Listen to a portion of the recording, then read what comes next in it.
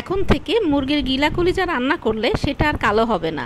আমার প্রিয় ভিউয়ার্স, আসসালামু আলাইকুম। কেমন আছেন আপনারা সবাই? আশা করি মহান আল্লাহ তাআলার রহমতে আপনারা সবাই ভালো আছেন। আলহামদুলিল্লাহ, আমিও ভালো আছি। তাই তো আপনাদের মাঝে ফিরে আসলাম চুমকি রান্নাঘর থেকে। আর চুমকি রান্নাঘর মানে তো আপনাদের রান্নাঘর।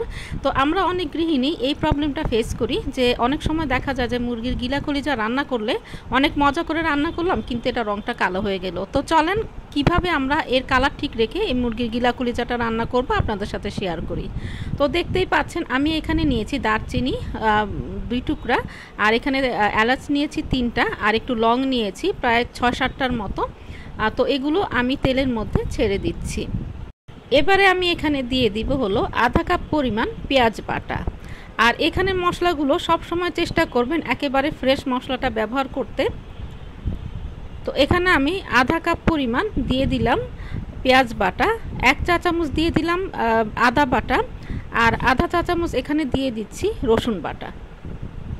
তারপরে এটাকে খুব ভালো করে কষিয়ে নিতে হবে।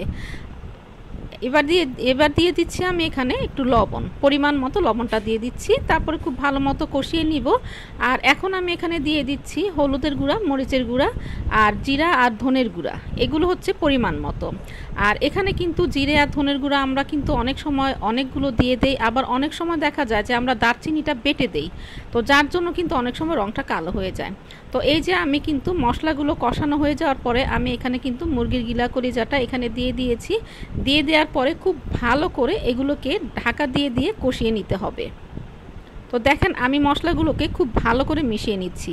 আর মুরগির গিলা কলিজা যখন রান্না করবেন তখন মানে একটা জিনিস আগেই চেক করে নেবেন যে আপনি যে ধুচ্ছেন গিলা কলিজাটা সেটার পানিটা ক্লিয়ার আছে কিনা। যতক্ষণ পর্যন্ত ময়লা বা পানি বের হবে ততক্ষণ পর্যন্ত কিন্তু এটাকে ধুয়ে নিতে হবে, তাহলে কিন্তু আপনি পারফেক্ট রেজাল্ট পাবেন। আর মুরগির গিলা কলিজা কিন্তু মানে এটা কুক হতে কিন্তু একদমই কম সময় লাগে। তো দেখতেই পাচ্ছেন আমি কিন্তু এখানে কোনোই পানি ব্যবহার করিনি। আর প্রথমে কিন্তু হাই হিটে এটাকে জাল করতে হবে, তারপরে হিটটা মিডিয়াম করে দিতে হবে। আর এটা লো হিটে কিন্তু করা যাবে না, তাহলে কিন্তু একটা স্মেল চলে আসবে। তো হাই হিটে দেওয়ার পরে আমি এটাকে মিডিয়াম হিটে দিয়ে দিয়েছি, দেখতেই পাচ্ছেন। তো এরপরে এই যে দেখেন এটা কিন্তু প্রায় কালারটা একটু চেঞ্জ হয়ে এসেছে। এবার মিডিয়াম থেকে আমি একটু চুলার হিটটা আরেকটু কমিয়ে দিব। তারপর আমি এটাকে ততক্ষণ পর্যন্ত কষাতে থাকবো যতক্ষণ না পর্যন্ত তেলটা উপরে উঠে আসছে। তো দেখতে পেরেছেন এটা কিন্তু তেলটা উপরে উঠে এসেছে। আর আমার যে মুরগির গিলা কলিজা এটা কিন্তু একদম কুক হয়ে গিয়েছে।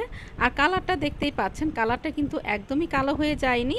আর এই যে মুরগির গিলা কলিজা এটা কিন্তু রান্না করার আগে ধুয়ে নেওয়াটাও কিন্তু একটা মেইন ফ্যাক্টর। আপনার ধোয়াটা ক্লিন হলে কিন্তু আপনার এই গিলা কলিজাটা মানে মুরগির গিলা কলিজাটা কিন্তু একদমই কালো হয়ে যাবে না। তো এবার কিন্তু পরিবেশনের পালা। তো কালারটা দেখতেই পাচ্ছেন। আর এই গিলা কলিজা রান্না করার সময় কিন্তু সবচেয়ে জরুরি যেটা সেটা হচ্ছে একেবারে ক্লিন করে ধোয়া।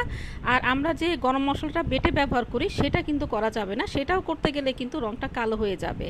তো আশা করি আমাদের গৃহিণীদের সবার একটা আমি সলিউশন দিতে পেরেছি, যারা এতদিন মুরগির গিলা কলিজা কালো হয়ে যাওয়ার ভয়ে এটা রান্না করতে পছন্দ করতেন না। তো আশা করি আজকে আমার এই রেসিপিটা আপনাদের ভালো লেগেছে। আর ভালো লাগলে তো চুমকি রান্নাঘরের সার্থকতা। আর চুমকি রান্নাঘর মানে তো আপনাদের রান্নাঘর। মনের মাধুরী মিশিয়ে রান্না করবেন, নিজে খাবেন, প্রিয়জনকে খাওয়াবেন। সবাই ভালো থাকবেন, সুস্থ থাকবেন। আল্লাহ হাফেজ।